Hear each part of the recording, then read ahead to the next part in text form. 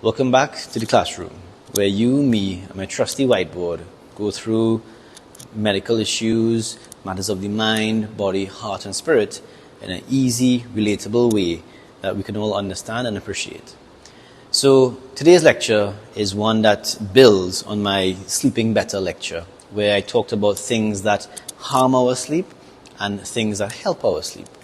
And because if anyone here who wants to raise their hand, anyone here who has difficulty in de-stressing or falling asleep or turning their brain off at night, this is a lecture for you. And over the years, being a medical doctor, being a father, being a husband, going through all the challenges times that we've had in recent years, I found it difficult in the beginning to switch my brain off and find that some semblance of peace in the evening time. And I came up with a really powerful set of behaviors and habits that we can build that, when done correctly in the 1 hour before bed, has profound effects on our ability to sleep deeply and to de-stress simultaneously. And very simply, what I'm referring to is the wind down routine. How many of us are on our laptops right before we go to bed? How many of us are on our phones right before we go to bed? We watch TV right before we go to bed. Sometimes we may have a difficult conversation with our spouse. We may have an argument with our children right before bed. And we lie down now in our bed, blankets on us, and we toss and we turn, and our mind has difficulty in shutting off. And that's because sleep is a habit. It's a habit that's built in. That's why, for instance, babies have trouble sleeping. That's because it's not a habit that they've learned yet. And growing up, this is such a simple concept, guys. Growing up, we've all learned that we have to eat our breakfast and drink our tea and have our vitamins to gear us up for the day. But very, very rarely do we understand that in order to wind down for the night is something that is equally important. And so this is going to be a really quick video about my personal wind down routine that you're free to adapt or even make it your own. Find out what works for you and what doesn't work for you. Because this doesn't cost any money. You don't have to go to any special classes. There's no tablet to take. But also, it's not going to work in 1 or 2 sessions. This is something that's been done over weeks and weeks. It's a habit that you have to build in. And I promise you, you will see the results. So this is done primarily in the 1 hour before bed.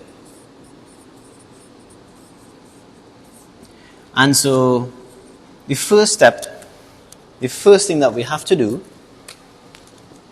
is what I affectionately call breathing out. Now, what I refer to? That's me taking a cup of tea, right? Well, a herbal tea, of course, non-caffeinated. So maybe it's chamomile, whether it's tulsi. We have a lovely stress-reducing tea downstairs. We have the blue lotus that I talked about in our previous sleep lecture. Taking some calming herbal tea and going outside on my porch and breathing out. Because the same way a stressful environment can make us feel stressed out, a peaceful environment can make us feel peaceful. But that's if we allow it to. And guys, here's what happens when we first start to breathe out. Okay, so here I am sitting on my porch, cup of tea in hand. And I sit, the cool breeze passing, the breeze blowing, the frogs croaking, the crickets chirping, peaceful. And then all of a sudden, oh my goodness, I forgot to send this email.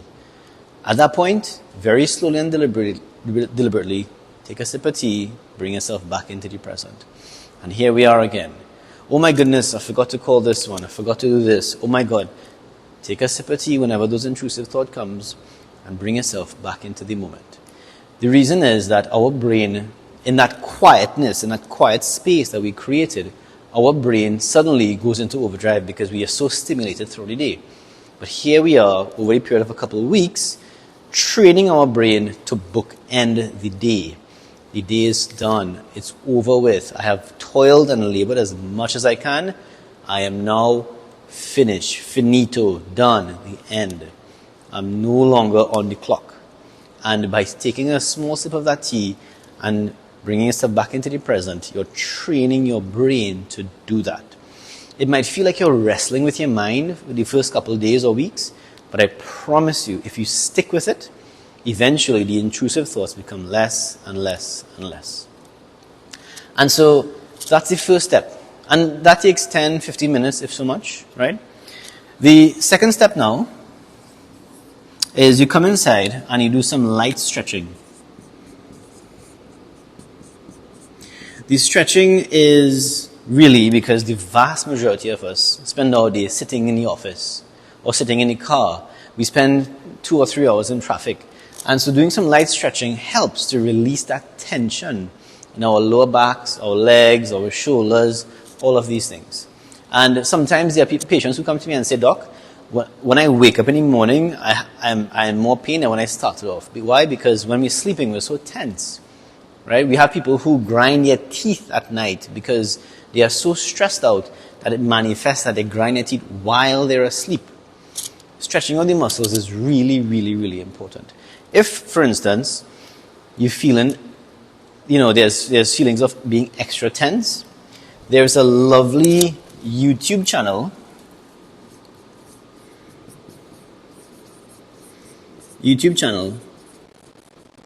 called Yoga with Adriene.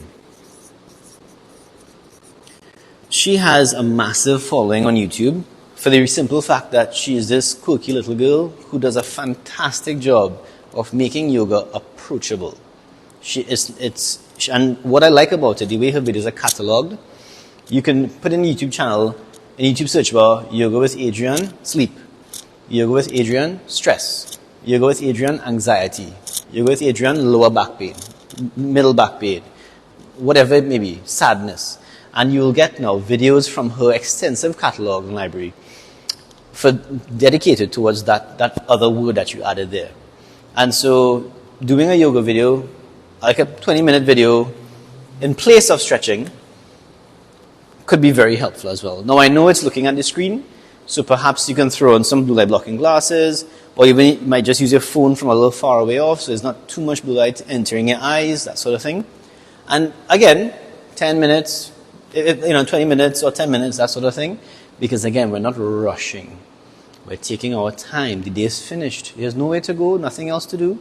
And so we take our time.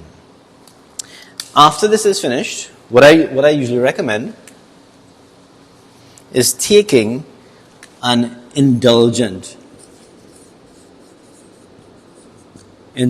long, hot shower.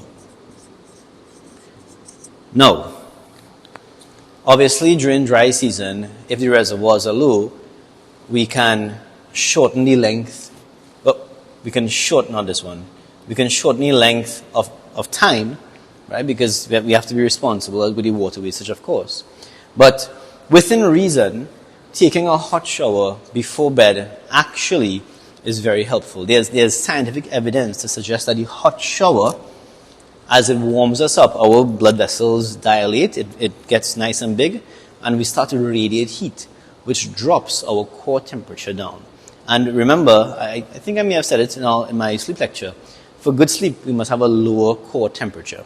So paradoxically, taking a hot shower can help us to radiate heat better when we get out of the shower, thus lowering our core temperature, which helps us to sleep better.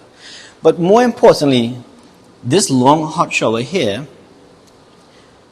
I find it to be so therapeutic. You're standing under the shower, the water's running over you, and there's nothing else to do. You're just thinking, you read the shampoo bottle a few times, you contemplate the universe, and you're just totally and completely at peace. There is literally nothing else to do. You're done. And it's just your time to just be, and you'll let the stress of the day wash off with that.